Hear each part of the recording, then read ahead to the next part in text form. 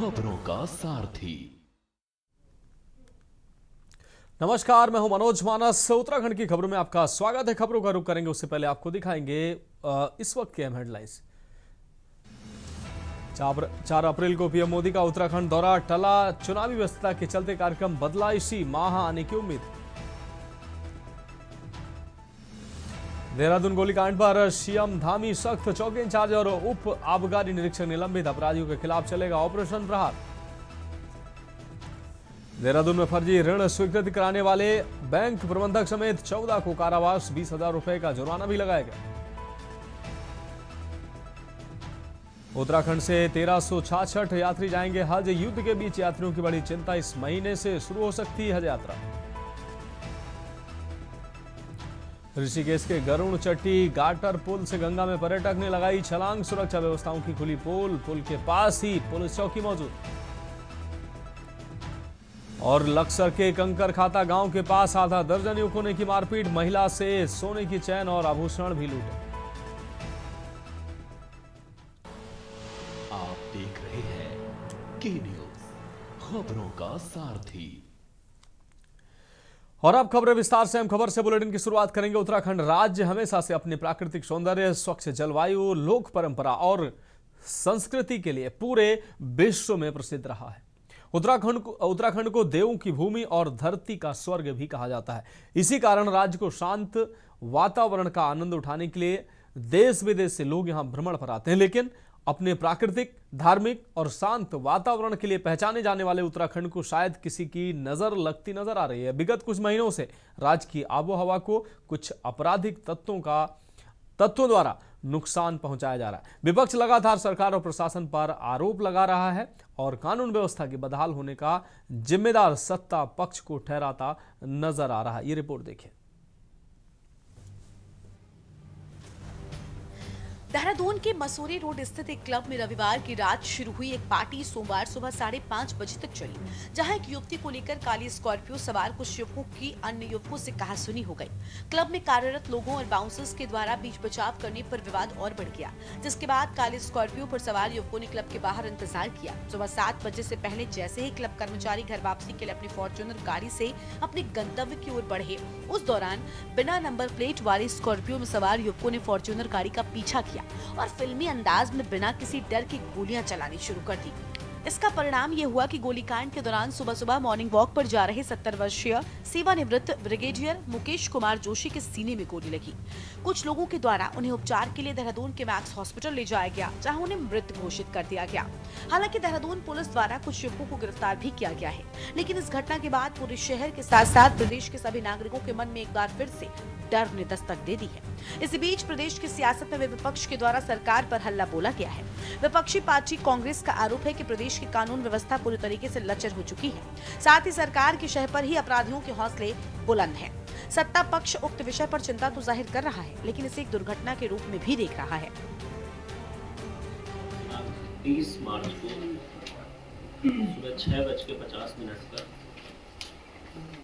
112 के माध्यम से हमें एक सूचना प्राप्त हुई थी कि थाना राजपुर क्षेत्र में जोड़ी गांव के पास में कुछ वाहनों के बीच में आपस में रोड रेज और फायरिंग की घटना प्रकाश में आई है। तत्काल एसओ राजपुर, चौकी प्रभारी और बाद में एसपी सिटी और मेरे द्वारा भी मौके का मुआयना किया गया। उस फायरिंग की घटना में हमारे ब्रिगेडियर श्री मुकेश कुमार जोशी की उस समय वहाँ घायल हो गया था। उनको जब तत्काल हॉस्पिटल ले जाया गया, वो सुबह मॉर्निंग वॉक पर निकले थे अपने साथियों के सामने, और इस बीच ये 2 गाड़ियों में सवार जो युवक हैं एक दूसरे पर फायरिंग करते हुए और रोड रेज के तहत पीछे से आए और उसी फायरिंग में उसी चपेट में आके उनकी मृत्यु हुई। देखिए, इसमें तो कोई दोहराई नहीं है कि प्रदेश में अपराधीकरण बढ़ा है और लगातार पिछले कुछ महीनों से हम जिस प्रकार की आपराधिक घटनाएं यहाँ बढ़ रही हैं, उसने जनजीवन को प्रभावित किया है। आप देखिए कि कहीं और पुलिस इसमें कमजोर नजर आ रही है अपराधीकरण को रोकने में, प्रदेश में लॉ एंड ऑर्डर को स्थापित करने में। आप देखिए कि अभी प्रेमनगर में एक अन्य प्रदेश के राज्य के युवा चकमा को के साथ मारपीट हुई और उसकी हत्या कर दी गई, लेकिन उसके हत्यारे नहीं पकड़े गए। यहाँ एक गोलीकांड हुआ राजपुर रोड में पिछले महीने ही, जिसमें एक तो मॉल के बाहर जिम से आते हुए व्यक्ति को गोली मार दी गई, उसके अपराधी भी नहीं पकड़े गए। इसके अलावा एक हत्याकांड हुआ था जिसमें एक गैंगस्टर को मार दिया गया था हरिद्वार में, उसको लेकर के भी चीजें स्पष्ट नहीं हो पाई। उधम सिंह नगर में भी ये कानून व्यवस्था का यही हाल है। इसके अलावा हम देख रहे हैं कि राज्य में खनन के ट्रक भी मौत के वाहन बनते जा रहे हैं। अ, कई खनन के ट्रकों ने कई सड़क में चलने वाले लोगों को रौंद रहे हैं। तो पुलिस कहीं न कहीं कमज़ोर नज़र आ रही है अपराधीकरण को रोकने में। और इसका जो सबसे बड़ा कारण ये दिख रहा है कि हमने देखा है कि उत्तर प्रदेश की अगर हम तुलनात्मक रूप से देखें तो वहाँ के मुख्यमंत्री ने अपराध मुक्त प्रदेश की बात कही और पुलिस को ही उसी पुलिस के माध्यम से प्रदेशवासियों को सुरक्षा का भरोसा दिया और आज वो जनता में वो भरोसा दिख रहा है। कल एक दुखद घटना देहरादून में घटी जिसमें मॉर्निंग वॉक के दौरान ब्रिगेडियर जोशी की दो गुंडई गैंग के आपस के झगड़े में गोली लग गई और ये घटना बहुत ही दुखद और दुर्भाग्यपूर्ण। ये दुखद घटना उत्तराखंड में कानून और व्यवस्था की पोल को एक बार खोलकर फिर हम सब लोगों के सामने रख रही है। एक समय था कि जब लोग उत्तराखंड और देहरादून शांति की तलाश में आते थे और इस 5 साल के शासन में, बीजेपी के शासन में, धामी जी के शासन में, इस 5 साल के शासन में वो हमारी शांति की छवि, कि शांति के लिए अगर कोई स्थान खोजा जाता था तो वो उत्तराखंड था, वो देहरादून था। और आज इस 5 साल के इनके शासनकाल में हमारी छवि में वो गिरावट आई है कि आज हमारा प्रदेश अपराधियों की शरणस्थली बन गया है। कारण जो भी हो, लेकिन ये बात सामने आ रही है कि असली कारण ये है कि राजपुर का पूरा इलाका नाइट लाइफ का केंद्र बना हुआ है और ये इलीगल नाइट लाइफ का केंद्र ही इस पूरे झगड़े का असली कारण है। देखिए ये मर्डर कम है, ये एक्सीडेंट ज़्यादा है। कुछ अपराधियों ने आपस में जो मुझे मालूम हुआ है, ओवरटेक करने चक्कर में कहा सुनी भी किसी ने फायर किया। वो फायर भी मुझे लगता है डराने के लिए था, लेकिन देखिए वो टायर से उछल कर और एक हमारे रिटायर्ड ब्रिगेडियर के लग गया और उनका निधन हुआ है। इससे निंदनीय घटना है और इस तरह ये जरूर है कि पुलिस को और सतर्क होके कि जब बाहर से लोग आ रहे हैं गाड़ियों में, मैं समझता हूँ इनकी सघन जांच करने की आवश्यकता पड़ेगी कि ताकि इस तरह के हुड़दंगी उत्तराखंड में आकर के इस तरह की जो वारदात है उनको दोबारा न कर सके। बीते कुछ ही दिनों पहले देहरादून के मच्छी बाजार में सरेआम एक युवक के द्वारा चापड़ मारकर एक लड़की की हत्या, तिब्बती मार्केट में दिन दहाड़े गोली मारकर युवक की हत्या, राजपुर रोड के एक जिम में एक युवक की गोली मारकर हत्या और उसी दौरान पचवधून में हुई कुछ हत्याओं के सदमे से अभी भी प्रदेश और शहरवासी बाहर नहीं आए हैं। वहीं अब सोमवार की सुबह हुए एक गोलीकांड में निर्दोष की जान चली जाने से आम नागरिकों को एक बार फिर से डर है। प्रदेश की सियासत में भी गर्मा गर्मी का माहौल बन गया है, जहां कांग्रेस सहित अन्य विपक्षी दल सत्ता दल पर आरोप लगाते दिखाई दे रहे हैं। विपक्ष का मानना है कि अपराधी खुलेआम सरकार के संरक्षण में घूम रहे हैं, जिसके चलते दिन दहाड़े बड़ी वारदातें हो रही हैं। कांग्रेस का कहना है कि नाइट क्लबों में रात को होने वाली कमाई से भी कहीं न कहीं सरकार लाभ ले रही है, जिसके चलते सरकार कोई ठोस कार्रवाई न करके केवल खानापूर्ति कर रही है। वहीं भाजपा का कहना है कि ऐसे समय में सभी को साथ खड़े होकर कार्य करने की आवश्यकता है, क्योंकि प्रदेश केवल भाजपा का नहीं कांग्रेस का भी है।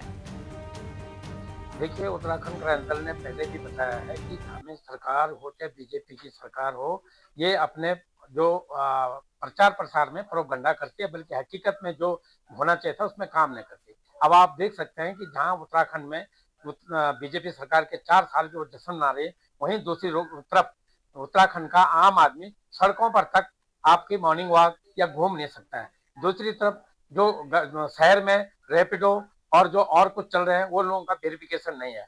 बाहर के लोग ये कैसे उत्तराखंड में घुस जाते हैं जिनके पास हथियार हो और उत्तराखंड में गोलियां जैसे पटाखे जला रहे हो, इस प्रकार से काम कर रहे हैं। इससे स्पष्ट है कि धामी की जो पुलिस प्रशासन है और जो अन्य न्याय व्यवस्था है वो खत्म हो चुकी है। देश की कानून व्यवस्था पूरी तरीके से ध्वस्त हो चुकी है, क्योंकि सरकार के जो मुखिया हैं, जिनकी जिम्मेदारी बनती है कानून व्यवस्था को दुरुस्त रखने की, वो तो व्यस्त हैं अपने कुर्सी बचाने में और अपनी वाहवाही लूटने में। आज इतना ज्यादा अपराधी बेखौफ हो गया है कि आपने देखा कि किस तरीके से 17 दिनों के अंदर 15 हत्याएं होती हैं। और अभी 2 दिन पहले की घटना है कि एक दूसरे पे गोलियां चलाने से खुले आम इस देवभूमि में किसी को डर नहीं लग रहा, किसी को पुलिस का खौफ नहीं है कि हम सड़क पे चलते हुए अपनी गाड़ियों से अगर ताबड़तोड़ फायरिंग करेंगे तो पुलिस हमारा क्या करेगी, क्योंकि पुलिस कोई भी कार्रवाई नहीं करती है, दबाव में कार्य कर रही है पुलिस भी। और दूसरी महत्वपूर्ण बात, जो ब्रिगेडियर जोशी की हत्या हुई उसके बाद सिर्फ एक एक्साइज जो है इंस्पेक्टर और एक सब इंस्पेक्टर को धामी जी ने निलंबित करने का कार्य किया है। कांग्रेस का ये प्रदेश नहीं है, कांग्रेस का राज्य के प्रति कोई दायित्व नहीं है, केवल और केवल ओछी राजनीति करना, तुष्टीकरण की राजनीति करना, अपराध को रोकने में सहयोग देने की जगह जो मुख्यमंत्री ने कड़े निर्देश दिए हैं, शासन प्रशासन का कांग्रेस समर्थन करने की जगह अगर आलोचना करती है तो इसका मतलब उत्तराखंड की वादियों से, शांत वादियों से, देवभूमि से केवल और केवल कांग्रेस का वास्ता तुष्टीकरण की राजनीति का रह गया है और उत्तराखंड के अंदर कांग्रेस अपने दायित्वों का निर्वाह करने में पूरी तरह से विफल नजर आ रही है। देश में बढ़ती आपराधिक घटनाएं निश्चित ही चिंता का विषय हैं। दिन दहाड़े होने वाले बड़े घटनाक्रम से ये जाहिर हो रहा है कि अपराधियों के हौसले बुलंद हैं। हालांकि राज्य सरकार निरंतर ही अपराधियों पर अंकुश लगाने का दावा कर रही है, लेकिन हकीकत इसके विपरीत नजर आ रही है। इसके बावजूद हुई घटनाओं से विषय अभी भी गंभीर प्राप्त हो रहा है। ऐसे में सरकार को ये जरूर जानने की जरूरत है कि किन कारणों से अभी भी अपराधी खुलेआम देवभूमि के देवत्व को दूषित करने में लगे हैं और क्यों देवभूमि कहे जाने वाला राज्य अपराधियों की कर्मस्थली बनता जा रहा है। Uttarakhand desk report. अगली खबर हरिद्वार से, जहां 2027 विधानसभा चुनाव से पहले उत्तराखंड की राजनीति में बड़ा उलटफेर देखने को मिल रहा है, जहां बीजेपी और निर्दलीय पृष्ठभूमि के 5 से 6 नेता कांग्रेस में शामिल हुए। इस पूरे प्रकरण पर प्रतिक्रिया देते हुए उत्तराखंड सरकार में कैबिनेट मंत्री प्रदीप बत्रा ने कहा कि सभी का आना जाना चलता रहता है, जिसे जहां मन करता है कर रहा है वो वहां जा रहा है। 2027 विधानसभा चुनाव के लिए हमारा लक्ष्य निर्धारित है। 2027 में मुख्यमंत्री पुष्कर सिंह धामी के नेतृत्व में भारतीय जनता पार्टी की सरकार बनेगी।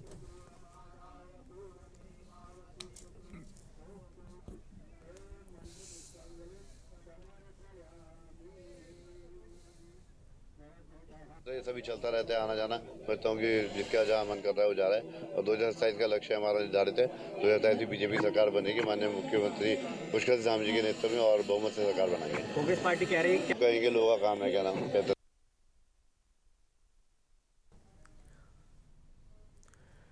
देहरादून में नगर निगम देहरादून के मेयर सौरभ थपलियाल ने शहर को अतिक्रमण मुक्त बनाने के लिए अधिकारियों के साथ बैठक कर सख्त निर्देश दिए हैं। उन्होंने पिछले 1 वर्ष में मुक्त कराई गई निगम भूमि का पूरा विवरण मांगा और अवैध कब्जों पर कड़ी कार्रवाई के निर्देश दिए हैं। महापौर ने कहा कि भूमाफियाओं के खिलाफ तत्काल कार्रवाई की जाए और पार्षदों से प्राप्त शिकायतों पर बिना देरी के कार्रवाई सुनिश्चित की जाए। बैठक में अधिकारियों को प्रत्येक मामले की विस्तृत रिपोर्ट तैयार करने के भी निर्देश दिए गए हैं।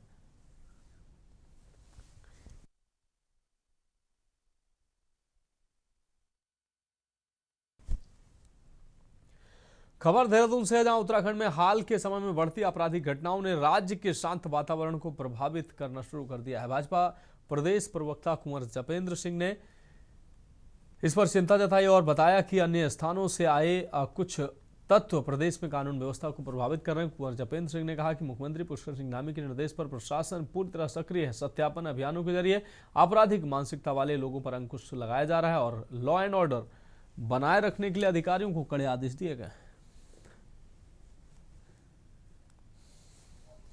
देखिए, उत्तराखंड एक बहुत ही शांत प्रदेश है। लॉ एंड ऑर्डर की स्थितियां हमेशा से यहाँ बेहतर रही हैं, लेकिन पिछले कुछ समय से देखा गया है कि आसपास के क्षेत्रों से जो बाहर से लोग आकर बचे हुए हैं और वो कहीं ना कहीं इस तरह की घटनाएं हुई हैं जिसे पूर्ण रूप से आपराधिक घटनाएं माना जा सकता है। तो माननीय मुख्यमंत्री जी ने संज्ञान लिया है, लॉ एंड ऑर्डर की स्थिति को बेहतर बनाए रखने के लिए पुलिस विभाग, शासन प्रशासन को निर्देशित किया गया है। सत्यापन का कार्य चल रहा है और सत्यापन का बड़ी कड़ाई से पालन किया जा रहा है। और प्रदेश की जनता और विशेष रूप से राजधानी देहरादून की जनता से भी आग्रह है कि अपने आसपास अगर आपको कहीं पे भी किसी पे कोई शक होता है तो आप प्रशासनिक अधिकारियों से, पुलिस महकमे को सूचित करें। अल्मोड़ा में ग्रीन हिल्स के तत्वाधान में जल, वनाग्नि और जलवायु परिवर्तन जैसे गंभीर मुद्दों पर एक गोष्ठी का आयोजन किया गया। इस दौरान विशेषज्ञों, वक्ताओं ने बदलते पर्यावरणीय हालातों पर चिंता जताते हुए ठोस कदम उठाने की आवश्यकता पर जोर दिया। गोष्ठी में वक्ताओं ने कहा कि जलवायु परिवर्तन का सीधा असर पहाड़ी क्षेत्रों पर देखने को मिल रहा है। गोष्ठी के माध्यम से लोगों को पर्यावरण संरक्षण के प्रति जागरूक करने का प्रयास किया गया ताकि आने वाली पीढ़ियों के लिए प्राकृतिक संसाधनों को संरक्षित रखा जा सके। जलवायु परिवर्तन के लिए आज की तारीख में देखिए, इसमें बताना चाहूँगा कि आज मुझे यहाँ आमंत्रित किया गया था वनाग्नि और जल संरक्षण एवं क्लाइमेट चेंज को लेकर इस कार्यशाला में। और आज का जो दिन हमारे लिए है बहुत इंपॉर्टेंट है क्योंकि आज ऑर्ण दिवस का हम जो आयोजन पूरे जिले में कर रहे हैं, साथ साथ में पूरे उत्तराखंड में इसको किया जा रहा है, जिसमें जो है हमारे ग्रामीण क्षेत्रों में जो खेतों किनारे ऑर्ण जलाया जाता है, जिसमें क्रॉप का रेसिड्यू है, स्टबल है, उसको जलाने की आज हम प्रण लेंगे कि आज के दिन के बाद में उसको नहीं जलाया जाएगा। होता क्या है कि जब स्टबल जलता है तो उसकी आग धीरे धीरे नाप खेत में, फिर वन पंचायत में और वो जंगल तक पहुंच जाती है। तो अगर ऑर्ण दिवस सही से मनाया जाएगा और उसके बाद में हम प्रण ले लेंगे सभी ग्रामीण क्षेत्रों में कि आज के बाद ऑर्ण ना जले, तो ये बहुत हद तक संभव है कि हम 50 से 60% वनाग्नि को कंट्रोल कर पाए। हमारे द्वारा पिछले 4 वर्षों से लगातार वारी विमर्श, जल पर चर्चा का आयोजन किया जाता रहा है, जिसका कि पहला एपिसोड हमने राजेंद्र सिंह जी, जिन्हें कि नोबेल लॉरेट के नाम से जाना जाता है, जल पुरुष के नाम से जाना जाता है, उनके साथ किया था। इस वर्ष हमारे साथ इस चर्चा में हमारे डॉक्टर गजेंद्र पाठक जी हमारे साथ जुड़े हुए हैं।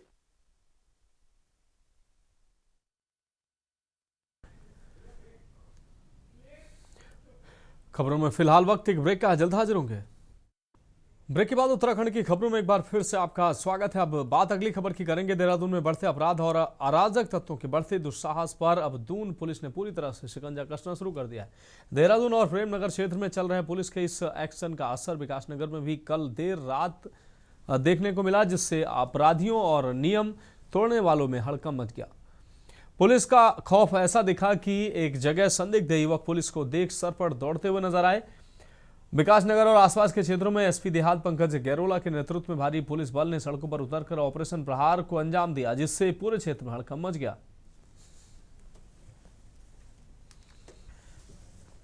देर रात्रि में अनावश्यक रूप से जो घूमने वाले हैं और शराब पीने वाले, उन सबके ड्रंकन ड्राइविंग, जो शराब पी के गाड़ियाँ चला रहे हैं, उन सबको लेकर अभियान चला रहे हैं। समय पे शराब की दुकानें बंद हो तो होटल ढाबे इत्यादि पे शराब पीने की सूचना मिलती है, उस पर जो है कार्रवाई। सर, जो खाने के होटल हैं उनका क्या समय निर्धारित किया गया है बंद करने का? समय खाने के होटलों का ये है कि खाने के होटल में अगर शराब पिलाई जाएगी तो वो तो गलत है जी। खाने के होटल के लिए कोई ऐसा वो नहीं है कि आप खाने के होटल को बंद करो, लेकिन अगर खाने के होटलों के आड़ पे वहाँ के आसपास जो लोग शराब पी के खाना खाने आ रहे हैं तो उसमें वहाँ पे लॉ एंड ऑर्डर की स्थिति होती है, बातचीत होनी चाहिए। इसलिए जो प्रसिद्ध फॉलो। अब बढ़ेंगे अगली खबर की ओर। हरिद्वार में चार धाम यात्रा से पहले सीवरेज निर्माण कार्यों को पूरा करने के लिए जिलाधिकारी मयूर दीक्षित ने अधिकारियों की बैठक ली। उन्होंने कार्यदायी संस्था को निर्देश दिए कि सभी निर्माण कार्य हज यात्रा शुरू होने से पहले हर हाल में पूरे किए जाएं ताकि स्थानीय लोगों और व्यापारियों श्रद्धालुओं को परेशानी न हो।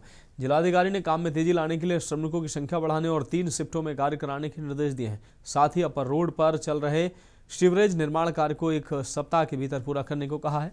उन्होंने स्पष्ट किया कि कार्य में किसी भी प्रकार की लापरवाही बर्दाश्त नहीं की जाएगी।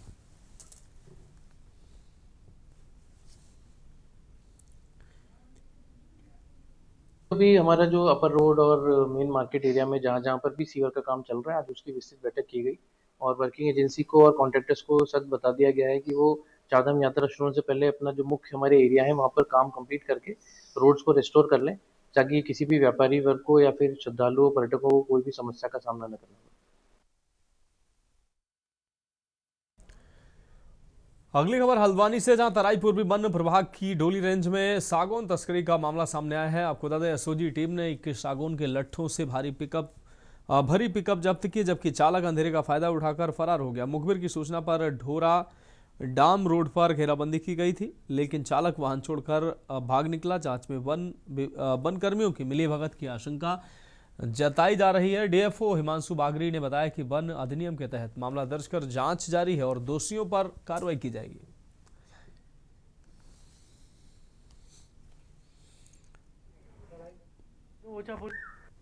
रात में मुखबिर द्वारा सूचना प्राप्त हुई कि कतिपय हमारे जो क्षेत्र हैं डोली रेंज का, उसके आसपास कुछ लोग लकड़ी काट के निकालने की फिराक में हैं। सूचना प्राप्त होते ही हमारी जो डिवीजन की सुरक्षा दल है और अन्य टीम में उनको सतर्क कर दिया गया था। उनको जो संवेदनशील स्थान है वहाँ बैठा दिया गया था। तो उसी दौरान रात में एक पिकअप वाहनों के सागौन के लट्ठों के साथ प्राप्त हुआ है, जिसमें कि वाहन को सीज कर लिया गया, लकड़ी भी जब्त कर ली गई है। ड्राइवर जो था वो जब गाड़ी पकड़ी गई तो पता चला वो भाग गया है।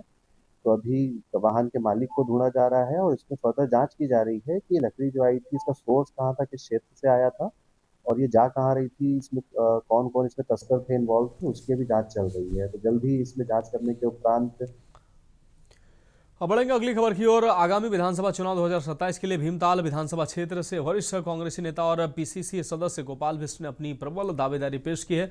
स्वतंत्रता सेनानी के पुत्र और उत्तर प्रदेश सरकार में वन मंत्री रहे दिग्गज कांग्रेसी नेता डूंगर सिंह बिष्ट के उत्तराधिकारी गोपाल बिष्ट ने नैनीताल में पत्रकार वार्ता के दौरान कहा कि वह केवल अपना अधिकार मांग रहे हैं। हाल ही में कांग्रेस में शामिल हुए लखन सिंह नेगी का स्वागत करते हुए बिष्ट ने सुझाव दिया कि नए साथियों को चुनाव में उतरने से पहले कांग्रेस की विचारधारा को समझना चाहिए। सीनियरिटी के हिसाब से और अपने अनुभव के हिसाब से और अपनी पृष्ठभूमि, मेरी जो पैतृक पृष्ठभूमि है उसको देखते हुए मैं वर्तमान में सन 2022 में भी मैंने प्रबल दावेदारी की थी और 2027 में भी मेरी प्रबल दावेदारी है। उत्तम सिंह जी से मेरी टिकट के संबंध में बातचीत हुई है, मेरी पूर्व में भी हुई थी और हमारे पूर्व अध्यक्ष करण मेहरा जी से मेरी बातचीत हुई और वर्तमान अध्यक्ष सम्मानित माननीय गणेश गोदियाल जी से भी मेरी बातचीत हुई। ये बहुत रोचक चुनावी समर रहेगा जिसमें मैं आश्वस्त हूँ कि कांग्रेस विजय होगी। मैं व्यक्तिगत रूप में बताऊं तो मैं किसी के पक्ष या विपक्ष में नहीं हूँ। फिलहाल उत्तराखंड की खबरों में अभी के लिए मेरे साथ इतना ही। मुझे दीजिए इजाजत और आगे आप देखिए के न्यूज इंडिया का विशेष कार्यक्रम मंथन हमारे प्रधान संपादक दुर्गेन चौहान जी के साथ।